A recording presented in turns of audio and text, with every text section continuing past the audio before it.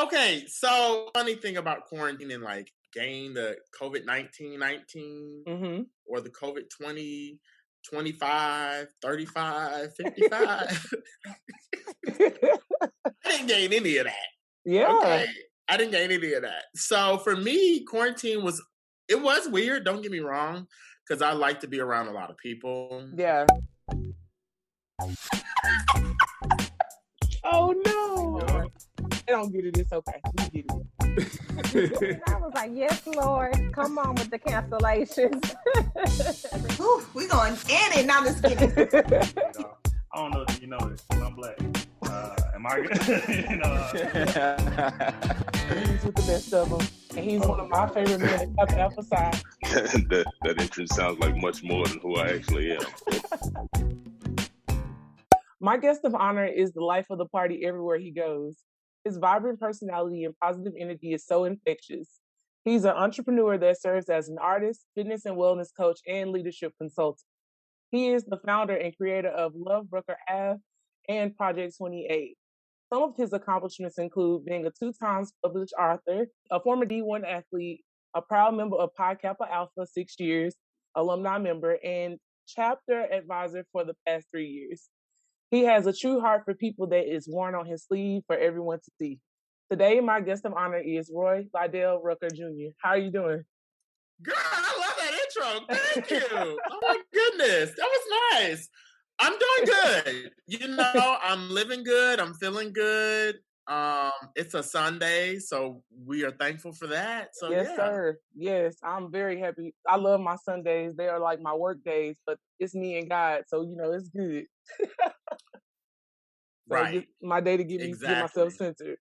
So tell me, how has quarantine been going for you?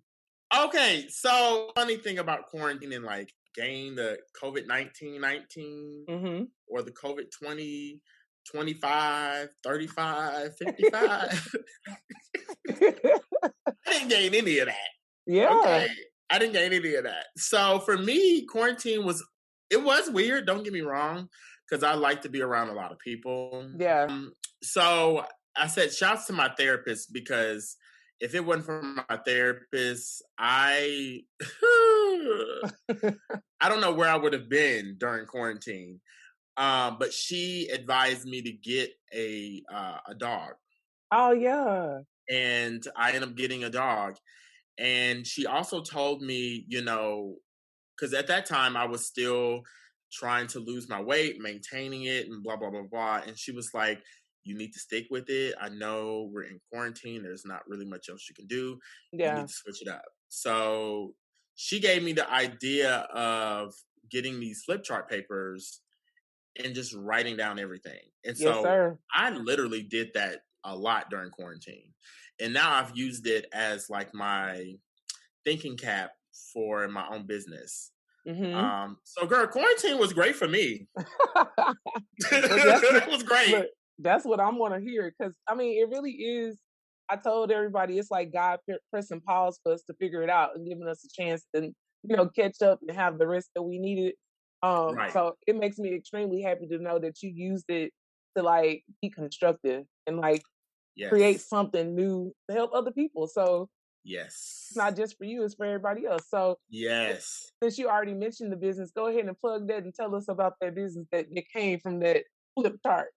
Yes. Oh my God. So Love Rocker Ave was kind of already a concept that I've had for a very long time. I've had this concept for a whole long time. So really the name came from a dream. Okay. I had a weird dream back in high school that essentially I had a street named after me. Mm-hmm.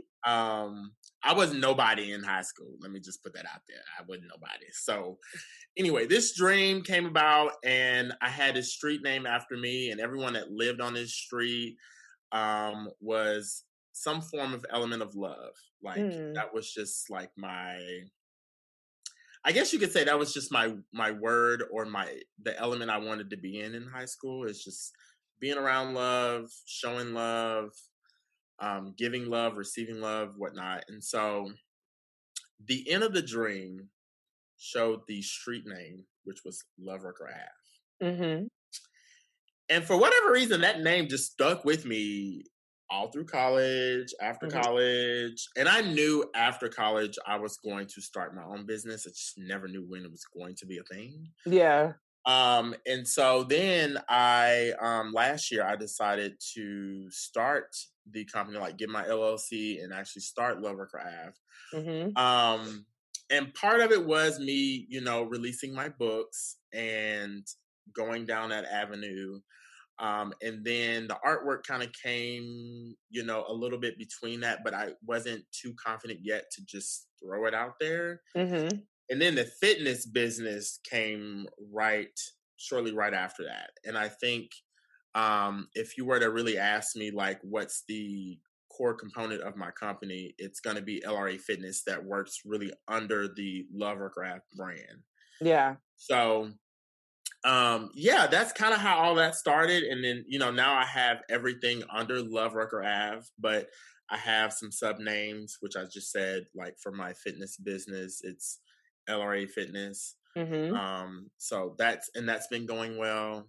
Good. And so it's been interesting seeing how the transition from just having a name, to now me actually running a full-fledged company. So yeah, look, taking the time to write it down and make it plain changes the game for real. Like, yes, it makes that idea come to life because you literally put it in another form, so it gives it a space to expand. So exactly. Yeah. So I'm super glad that you took the chance and you did that part, at least, because most people lose so many dreams and so many different things that they should be doing because they don't even write it down. You'll forget it. Like, with everything going on, you're gonna forget. So I'm grateful that you did that. So now other people gonna be blessed by it. So yes. You mentioned your book, so tell the people, self-published author, tell yes, them. We know it. We've talked about it. Tell them about your 2 books and what they're about. Well, so my first book, which was so long ago, so we actually talked about that. So we had a conversation about it, and prior to that year, I had about 8 years of journaling that I did. Part of it was in high school, most of it was in college, and it took different forms over time. In high school, I really wasn't someone who was like, oh my God, I'm gonna write a book. And then when I got to college, some of the conversations I was having with people after I came out was really therapeutic for me.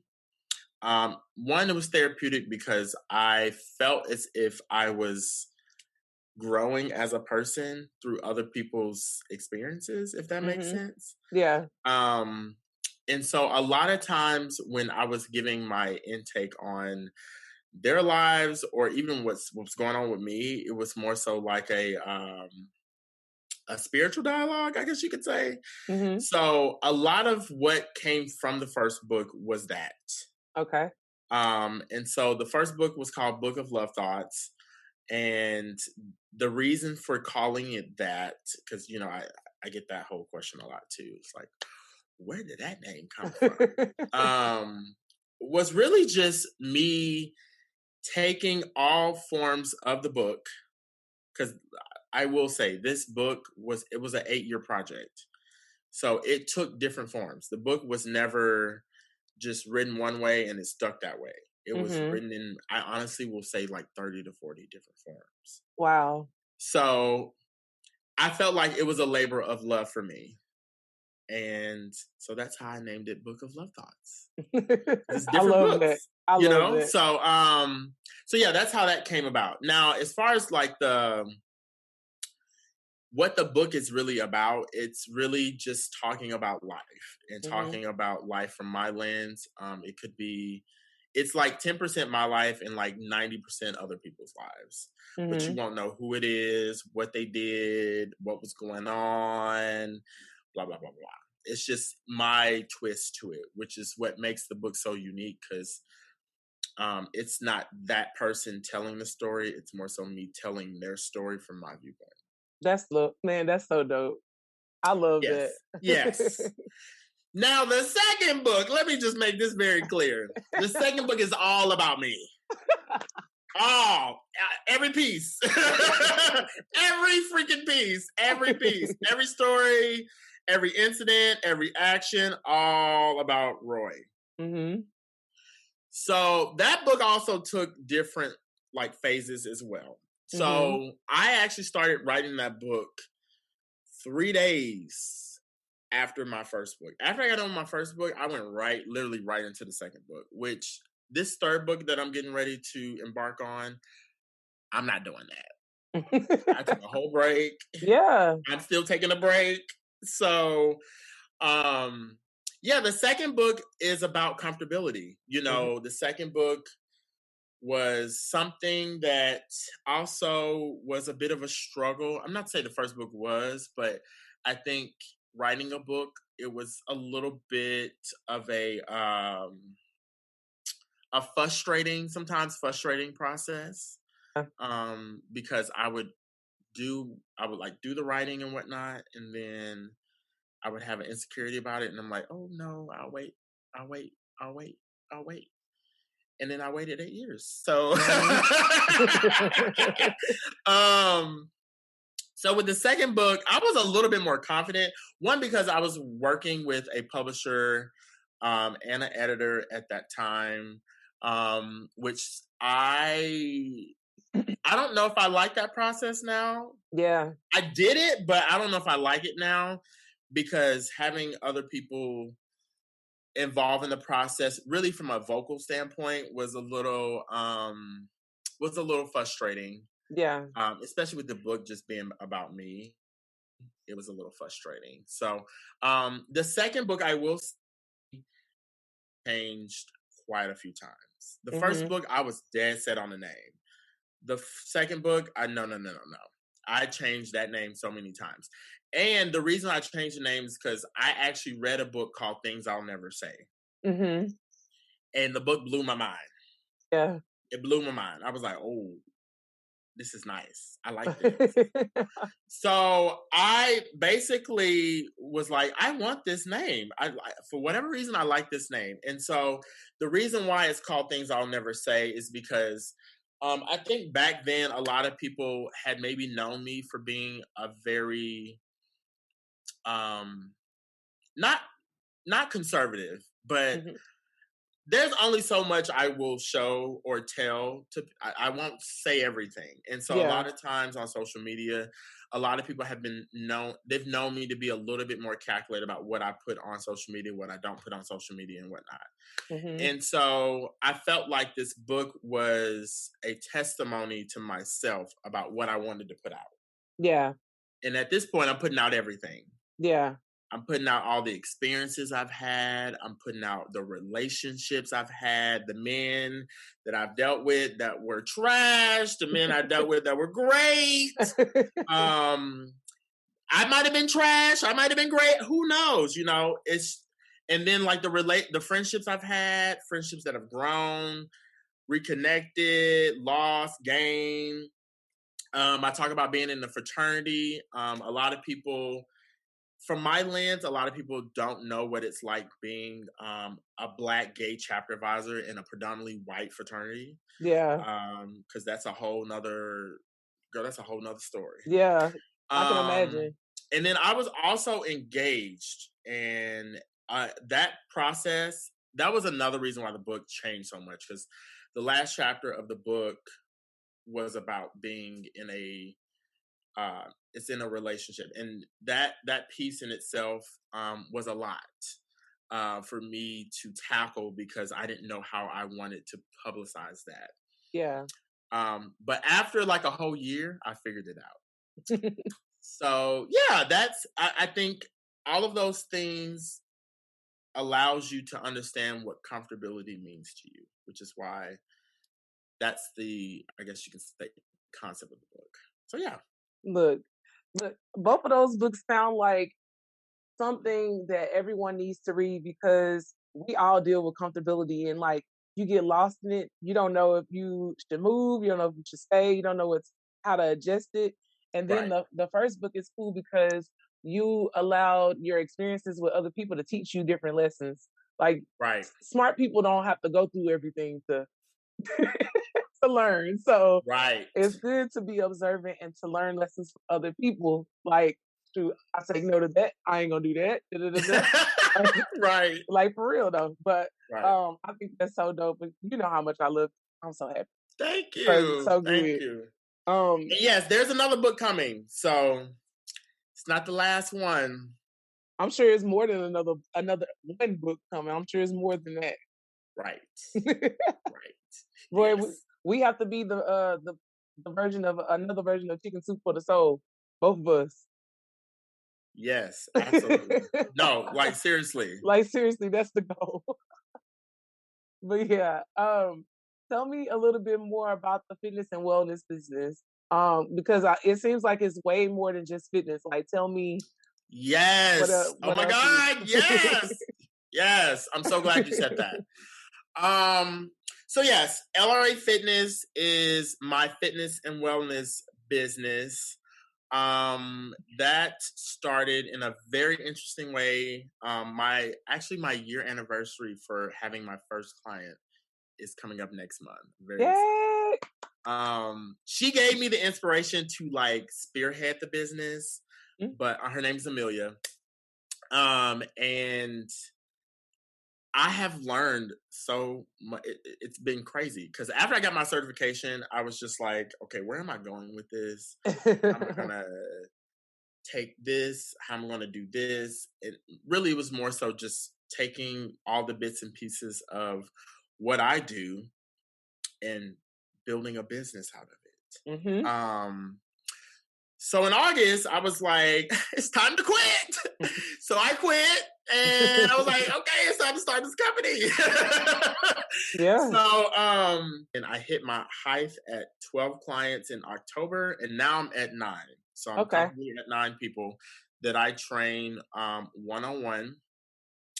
So most of my programs that I have are geared towards either cardio, strength training.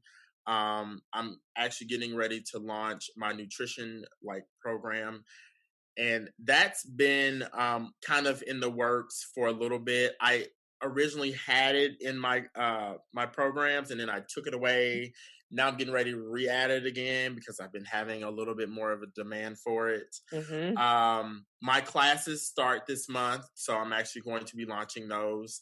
And then I have merch that's coming at the end of the summer. So I won't talk too much about that, but yeah, merch is coming.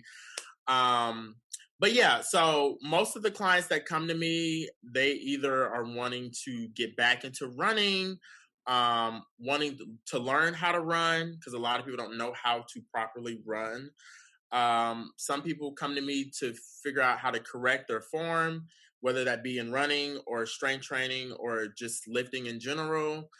Or people just want to come to me to feel better. Like I had a client who came to me, literally she just wanted to feel good about what she had, you know? And a lot of times when I talk to my clients during my consultation, I tell them straight up, I'm here to be your biggest cheerleader. If you want to know who is going to be your ride or die, can you on the side, like, yeah, girl, you better get that, you know?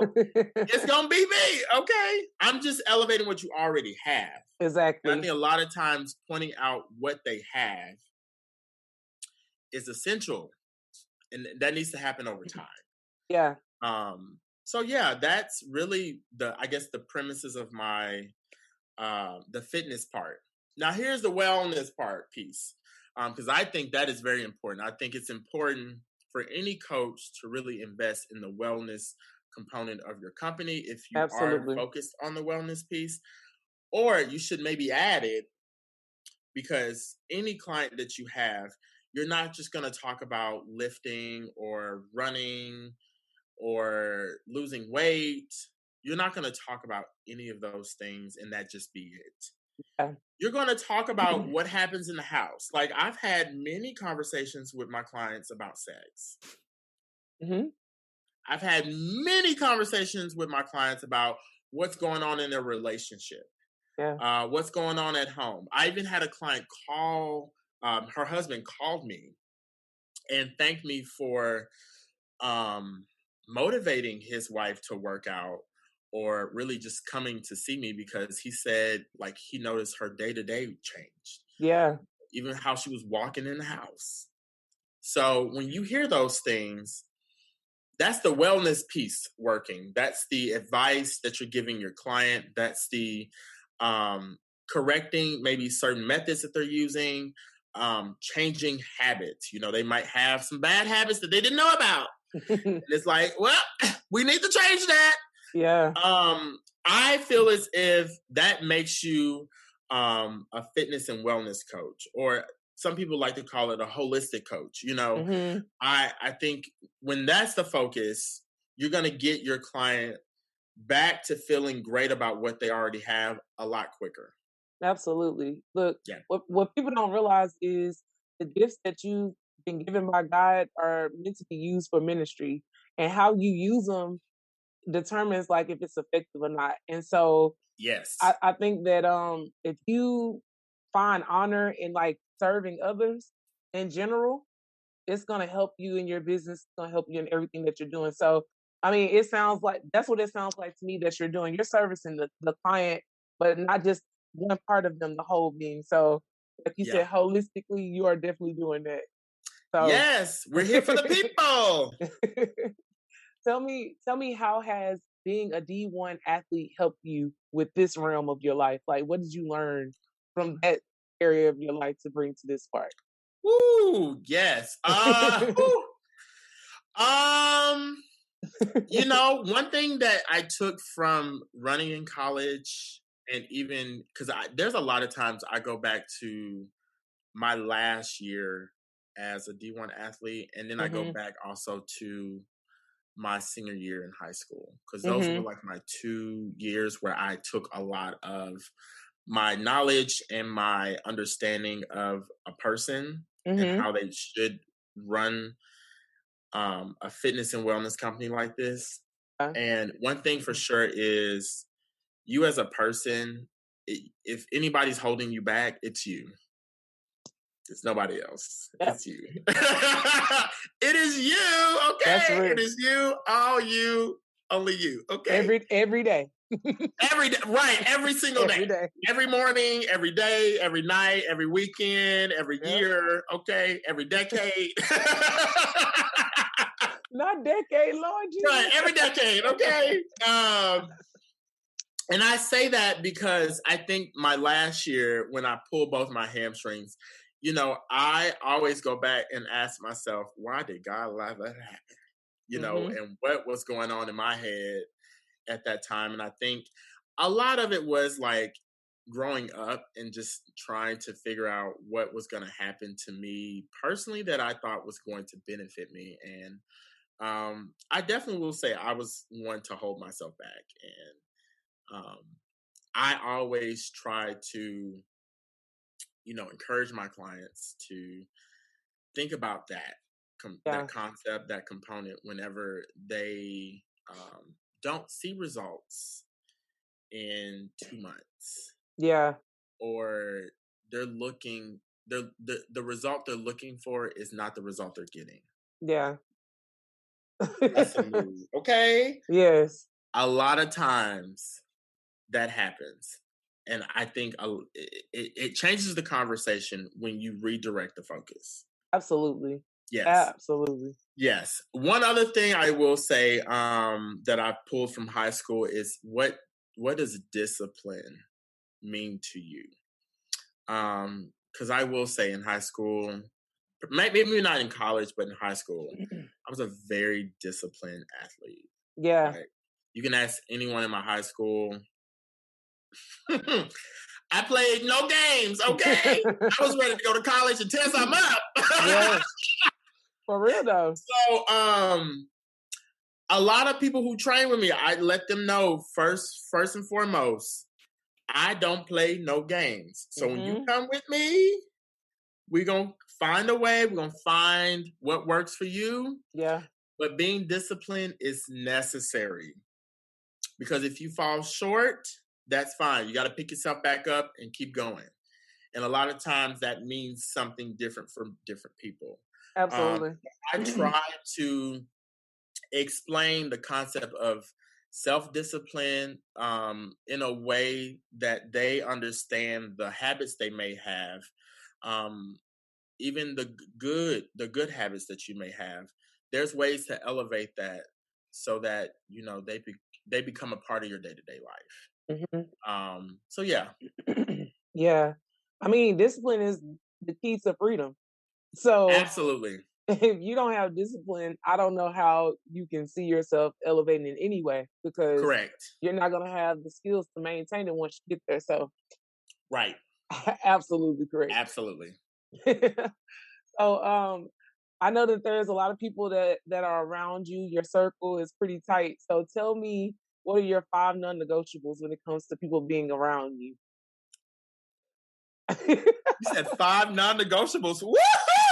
Oh, girl. If you don't have 5, it's okay. But I got 5 million. Okay.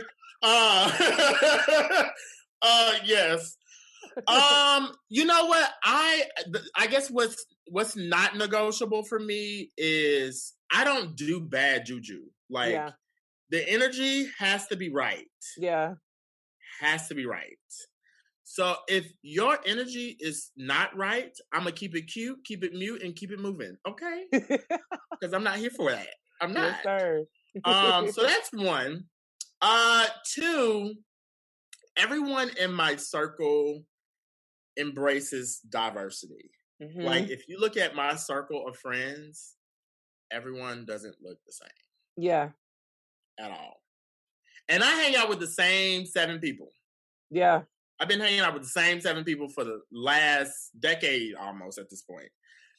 So for me, I have to have diversity in my circle. I have to be willing to learn something from you. I have to be willing to understand that Roy don't know everything. Yeah. So when we talking, when we, discussing stuff, I can pull something from your experience, and in return, you can pull something from my experience, and there's mutual things going on there. And that's honestly how the first book came about. So as you can see, this is a whole circle, a whole cycle. So yeah, if you are not a fan of diversity, then I'm not a fan of you. Yeah. So yeah, I gotta have diversity. It's necessary for me. I think the third thing would probably have to be someone who does not have any aspirations in, making their lives worth living. Mm-hmm. I can't be around depressed people. I can't. It does not work for me. I am very vibrant, loud, and outgoing. So if you are slow, low, and depressing, I can't be around that. Like, it's going to bring my mood down, and I don't do well with that. It's draining. It's draining. It really is draining. Yes, right. It's draining. Yes. And they probably don't even want to be draining, but they're like, I'm not trying to be. And it's like, this is draining for me. Okay. So that's probably the third thing.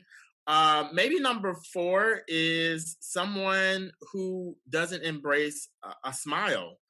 I think a smile goes a very long way. All my friends love smiling, which is great because we look great in pictures, and they look bomb in pictures too, and I look bomb in pictures. Exactly. So we got a bomb picture. So I'm here for that. Yeah. But I feel like a smile. Not to say that a smile can do a ton, but a smile can go a long way in front of the right people. Yeah. And I've always embraced my smile, and I've always loved when my friends smile. And I think that means a whole lot for me and my circle of people. Also, if you're not an encourager, if you can't, be willing to support or really show any kind of gratitude to anyone else, whether that be one person, 4 people, whatever the number is, yeah, then I can't have you around because I like to support people that support people. Exactly. You know, and support is everything to me. I feel like I'm the cheerleader of Dallas. Yep. Yep. Yep. Yep. And my friends know this.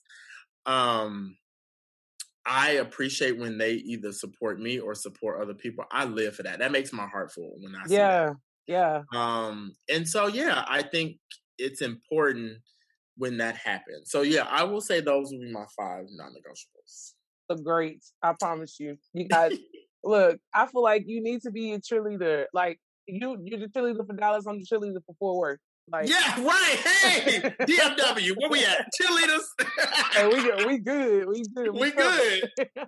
Do you believe that your purpose is a journey or a destination? Oh, that's deep. I'm gonna say a journey, and the reason for that is because it's never ending. Yeah. My purpose will never end, and the reason why it will never end is because my purpose will make an imprint. Yeah. And it will make an impact on other people who will live beyond me. And that's what it's about. Includes a journey. That's what it's about. Yes. And my last question is, if you knew then what you know now, would you change anything? You know, I gripe with this question. I gripe with this question. And the reason I do is because I flip-flop on what I would have done, because some of the things that have happened to me, I already knew. Mm-hmm. Like, I already knew about it. Like, it was already, I get back to it, I'm like, man, why did I do that? Why did I do that? I shouldn't have done that. That shouldn't have happened.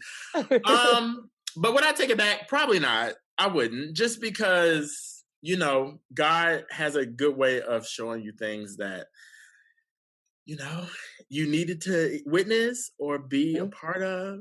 And I think for me, that's something that I have to keep in mind.